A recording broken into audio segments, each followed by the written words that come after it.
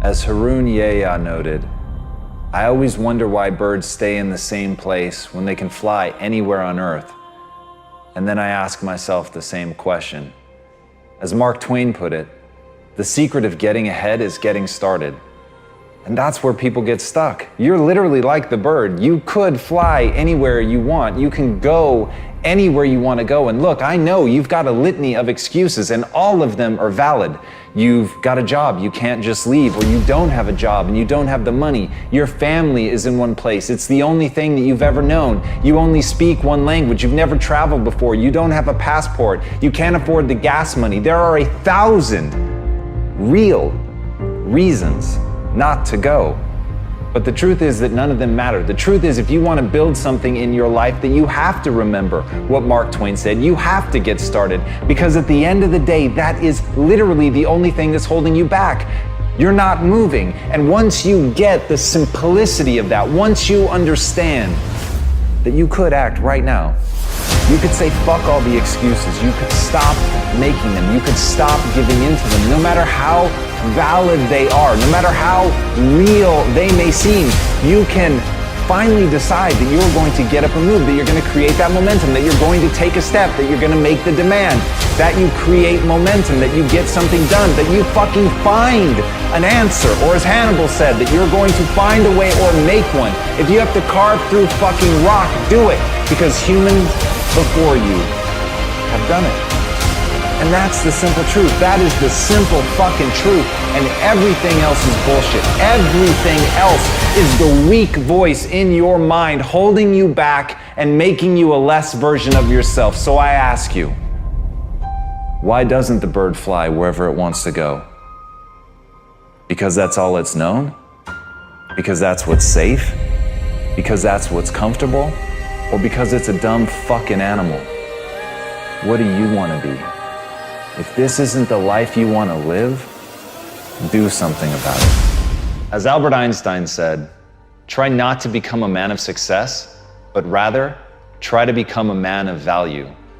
This is something that I think about a lot. At the end of the day, success is incredibly motivating, and accomplishing your goals and your dreams is something that I wanted to do since I was a little kid. That's been a driving force in my life.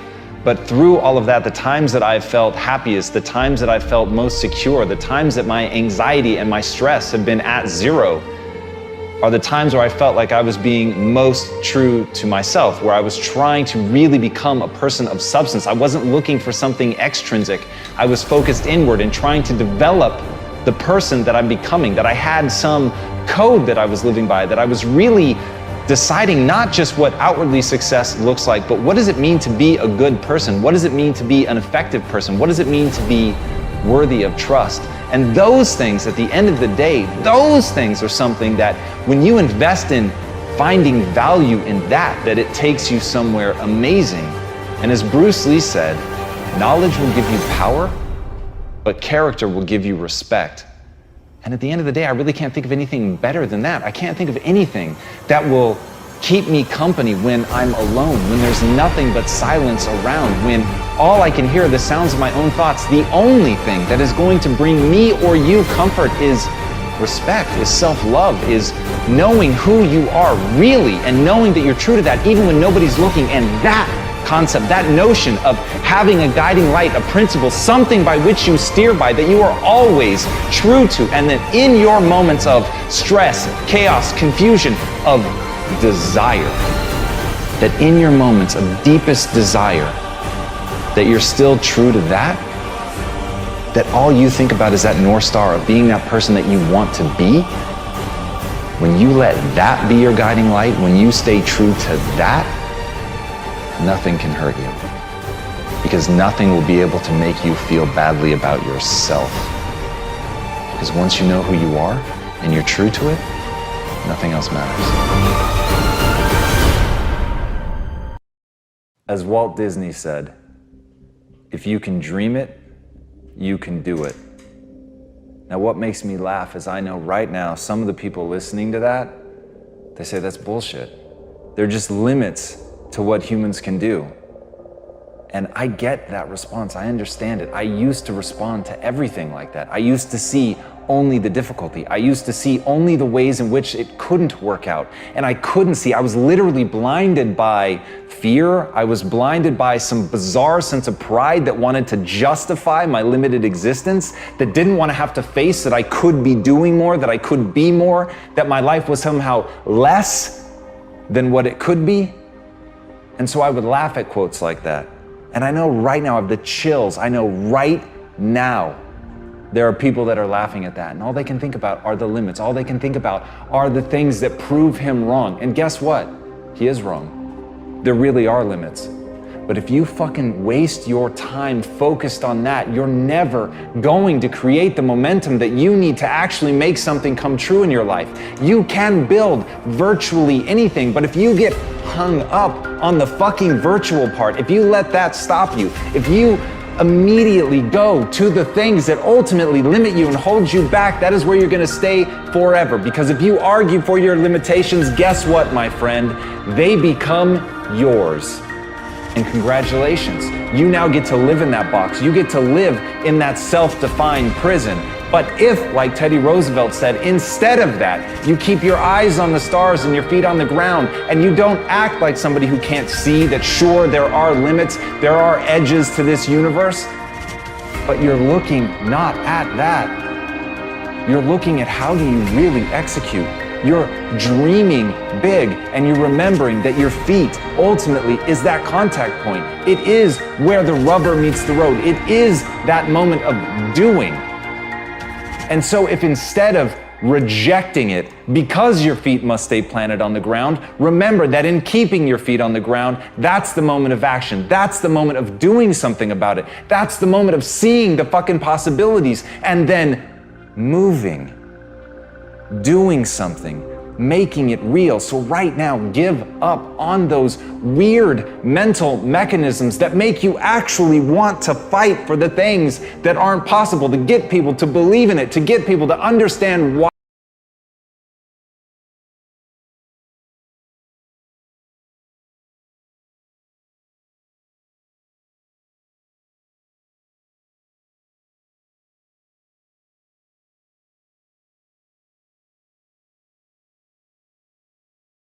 Hard truth about getting great. It takes time and dedication.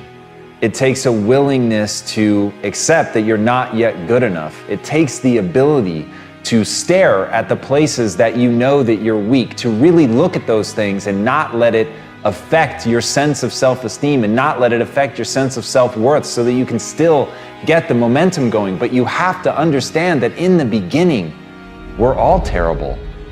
And as Henri Cartier-Bresson said, your first 10,000 photographs are your worst. And so the thing that really makes great art are the people that continue to push and the people that continue to work and face how inadequate they are and really understand that at the end of the day, greatness is a craft. Greatness is a process. Greatness is a habit. Greatness is the little things that you do every day, over time, going out every day, unafraid of whether or not this is one of the 10,000 terrible things that you're gonna do. It's being unafraid to make those mistakes. It's being unafraid that you're not yet great. And as Marianne Radmacher said, courage doesn't always roar. Sometimes courage is the quiet voice at the end of the day saying, I will try again tomorrow. And that's it. If you want to be great, that's what you have to do. You've got to get up again tomorrow.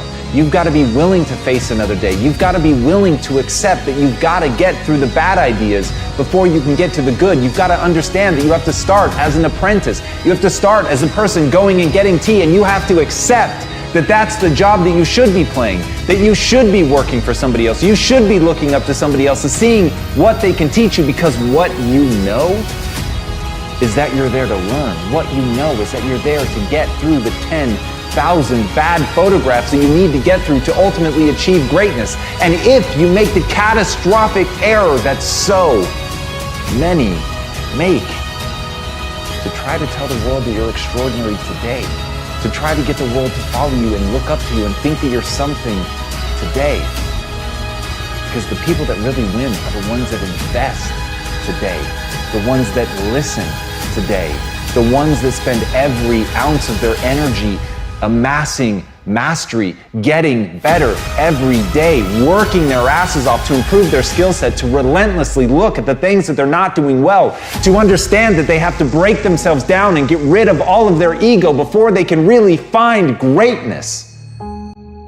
Those are the people that we remember.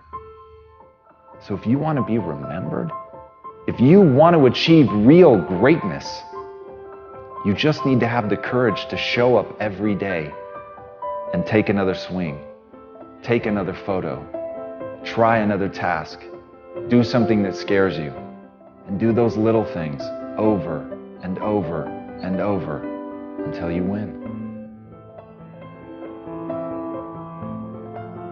Greatness is the most demanding mistress you're ever going to encounter. And I understand the advice that I'm about to give you is not for everyone. Most people should turn this off. But if you're going to stick with me, if you're going to listen to what I have to say, it's because you want something tremendous in your life. You want to stand out from everyone else. You want to do something more than other people think is possible. You literally want to stand outside the norm. And if that's the case for you, then understand that, as Albert Einstein said, only one who devotes himself to a cause with his whole strength and soul can be a true master. For this reason, mastery demands all of a person. If you want to get great, if you really want to make a skill set your own, if you want to be able to do something, and at the end of the day, if you want to transform the world, if you want to make grand changes, if you want to do all of that shit, all the empty words that people spout all the time, let me tell you, the only thing that's going to separate you from all the other blowhards who are just talking words and will never do anything is to give yourself over completely, to let that obsession, let that thing that you love completely consume you. And in that, your only chance to really become great lies. As Franz Kafka said, don't bend, don't water down, don't try to make it logical. Rather, follow your most intense obsessions mercilessly. Can you do that? Can you become mercilessly obsessed? Can you let something occupy you to where all logic and reason is gone out the window and the only thing that matters is whether or not you accomplish? Will you hold yourself accountable to metrics? Will you look at the world and see, am I actually making change? Are you prepared to hold yourself to that standard? Because if you are, there is nothing you can't fucking do. If you're willing to take that responsibility on to transform yourself as a human being, if you give yourself over to getting great, if you give yourself over to that obsession, if you feed it like you would feed a beast, if you feed it like you would feed a fire that can wipe out an entire mountainside, then you've got a chance. But it's got to burn within you like that. You've got to feed it like that. You've got to feed it skills. You've got to get better every day. You've got to constantly wake up and understand exactly what it is that you're building towards that, and build towards it with a relentlessness that other people think is mania, that other people can see only madness in what you do. And if you can push yourself to that level, then the world will bend to your will. As Naval Ravikant said, the only way to truly learn something is by doing it. Yes, listen to guidance, but don't wait. That is such a powerful idea, and I know right now you're listening to this because you want motivation, you want to be inspired, but my greatest fucking fear is that you'll get motivated, you'll get inspired, and that'll just be a declining arc for a few minutes after you listen to this video that ends with you doing nothing. And what I want, what I really hope for, and the reason that I give myself over to making these so completely is I know some percentage of you on the other side of this will ultimately be prepared to take that first step. You will realize that the only thing that matters is action, and you will take that action. And it's in that action that your potential greatness waits. And as Martin Luther King said, take the first step in faith. You don't have to see the whole staircase. Just take the first step. You've just got to believe that you can learn. You don't have to believe that you're already capable of doing what you want. You don't have to believe that you can already build that thing that you dream. You don't have to believe that you already are extraordinary. You simply have to believe that if you take that first step, you put yourself on a journey not of execution, you put yourself on a journey of learning so that you can execute. And that, when you understand that difference, that's when you really will be on that path to greatness. And that is the thing that I want for everybody listening to this. Please understand, the only thing you need to know is that you have to take the first step. Whatever the vision is that you have for your life, you absolutely can make it come true. And the process is very simple. The process is about learning. The process is about growing and getting better. It's about recognizing what you're not good at. It's about recognizing what you have to learn. It's about taking that first step on faith. On faith that you can get better. Not on faith that you're great. On faith that you can become the greatest of all time. And once you have that faith, once you know that simply being a human being puts you in this rare category of creature that can get better through pressure, through pain, through difficulty, through failure, those are the things that are going to be the building blocks of your success. But in order to begin on that road, in order to have your first glorious failure, you must first take that first step. So please, don't waste your time being motivated or inspired. Spend every second of your time moving forward. That's how you're going to get where you want to go. As Daniel Pink said, people fail to achieve mastery not because they aren't talented, but because they aren't disciplined. The wonderful news about the human condition is you can get good at anything that you set your mind to. It's just not going to be easy, and it's not going to be fast. But the willingness to put in that work is what's going to separate you from everybody else. And I'm begging you to see yourself right now, today, as average, as no better than anyone else.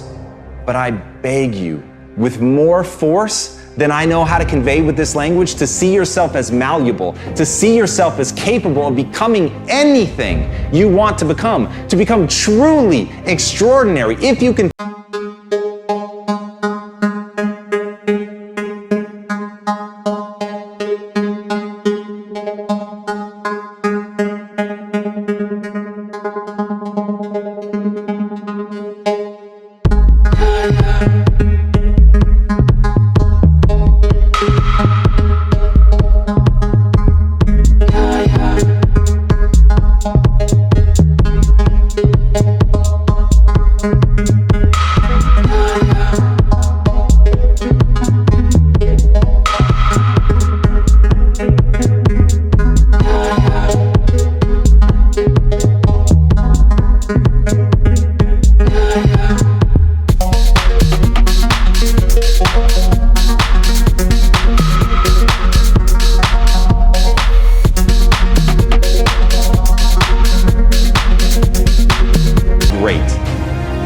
And as Robert Horry said, pressure can bust pipes, but it can also make diamonds.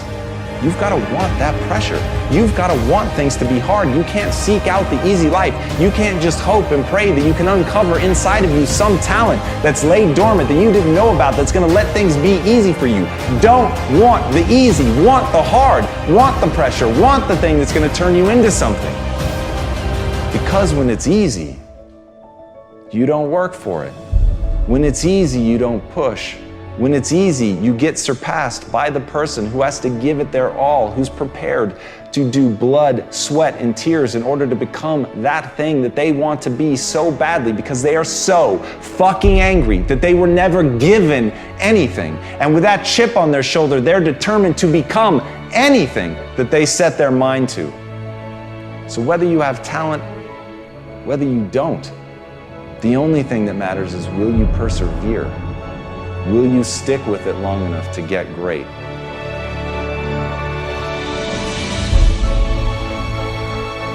As Thomas Edison said, our greatest weakness lies in giving up. The most certain way to succeed is to always try one more time. I know there are going to be a million times in your life where you want to give up, where you absolutely ache with the desire to quit, where nothing sits inside of your gut other than the certainty that you are going to fail, that you are not good enough to push forward. But that is to fundamentally misunderstand the nature of a failure. The nature of a failure is not to tell you who you are. The nature of a failure is to tell you a way that didn't work. It's to inform, it's to educate you, it's to test you. It's to be a gut check to find out if you believe in yourself enough to push forward even when the world seems to be telling you not to. And as Brian Tracy said, attempt the impossible in order to improve your work. Think about that for a second. Attempt the impossible just to get better, to try the things that you know are going to fail, things that the world is going to tell you simply cannot be. But even if it violates the laws of physics, if there's something in that attempt that you're going to learn, you owe it to yourself. You have a fucking moral obligation to try. Because all of the people that will lie in your wake are the people that didn't try simply because they didn't believe that they could do it. You have to be willing to look at the world. You have to be willing to see things that you yourself think are impossible and try, because in that you will stretch yourself. You have to be willing to look inward at the state of your current skill set and say, I'm going to play outside of that. I'm not going to play where it's safe. I'm going to play where it hurts. I'm going to play where I feel clumsy. I'm going to play only in the areas that make me feel stupid, because in that I know that the way that the brain responds is through adaptation, but I have to stress myself. You can't ever lose sight of that. The only way that the human animal adapts is through stress. You have to be willing to break things in order to build something new. So if you want to push the boundaries, if you want to see just how far you can go, if you want to succeed at the highest level, if you want to play on a global scale, you have got to be willing to try the impossible, because right now, the things that you need to do are impossible for you, but they won't remain that way forever. And as Aristotle said, pleasure in the job puts perfection in the work. This doesn't have to be a tale of always being terrified. Everybody, myself included, screaming at you, telling you that you need to go do something great. The part they're leaving out is, why the fuck should you care? And you should care because it's the greatest joy. You should only listen to this if it's leading you down a path that makes you feel more alive, and that's the point. The point is to get in touch with something that makes you feel great, but not to let yourself starve or be stopped by a fear that you'll fail, by a fear that it can't be done. Have fun. Have the guts to enjoy yourself. Have the guts to go out and attempt something audacious and terrifying, knowing that all along, if you're doing it right, you're gonna have a good time.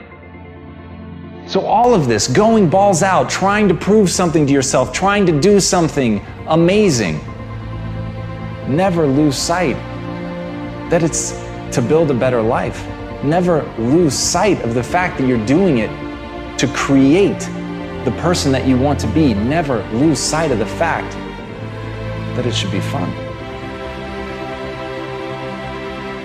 As Kurt Vonnegut, one of the greatest authors in modern times, said, "When I write, I feel like an armless, legless man with a crayon in his mouth."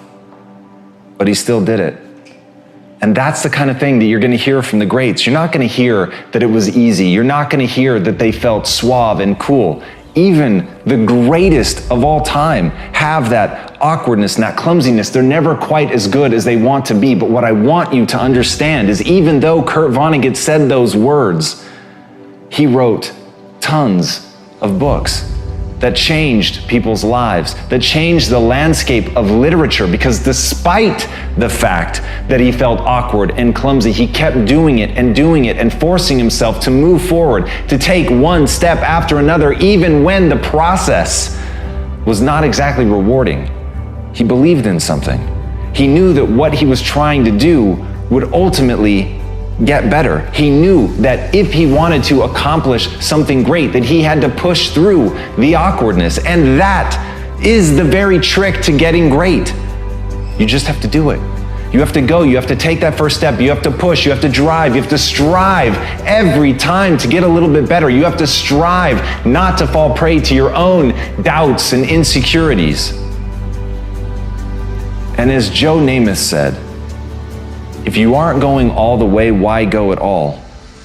But it's doing that in face of the fear. It's doing that in face of the difficulties. It isn't only because someone is great that they say you should either do it all the way to play hard or go home. They're not saying it because the process is in and of itself rewarding. They're saying it because there is something that they're trying to accomplish that demands it, that they're prepared to play on a world stage. And once you know why you're doing what you're doing, once something sits at the core of your being, and despite how difficult, painful, awkward it may be to push forward, you push forward no matter what the odds.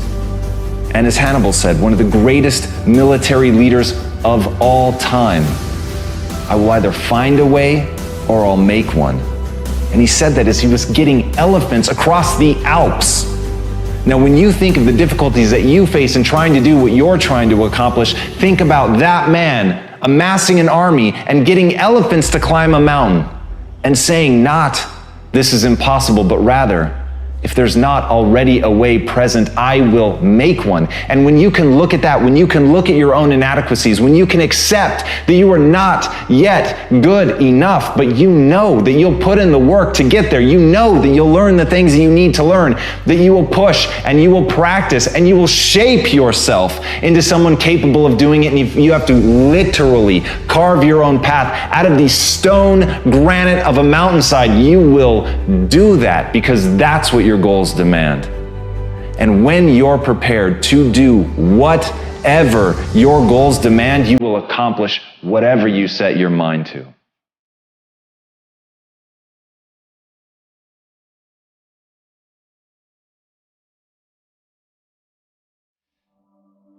As Ernest Hemingway noted, the world breaks everyone, and afterward, many are stronger in the broken places. But my question is, why isn't everyone? To me, it comes down to the strategies that you use. There really isn't anything objectively good or bad. There isn't anything that happens to you that can't be overcome. There isn't anything that could happen to you, anything that when you turn inward, you can't find a reason to overcome. You can't find a way to put those pieces back together, and that becomes your job. It becomes literally up to you whether you're going to sit and wallow and woe is me, because what happened, happened, and there's no way to take it back. But how you respond, what you bring to that table, whether you meet fire with fire, whether you meet that adversity with falling apart, becoming weaker in the areas that broke, or you bind them and mend them, and it becomes like a weld that literally makes you stronger, is a choice. And it's a choice only you get to make. But as Stephen Hawking said, when you complain, nobody wants to help you.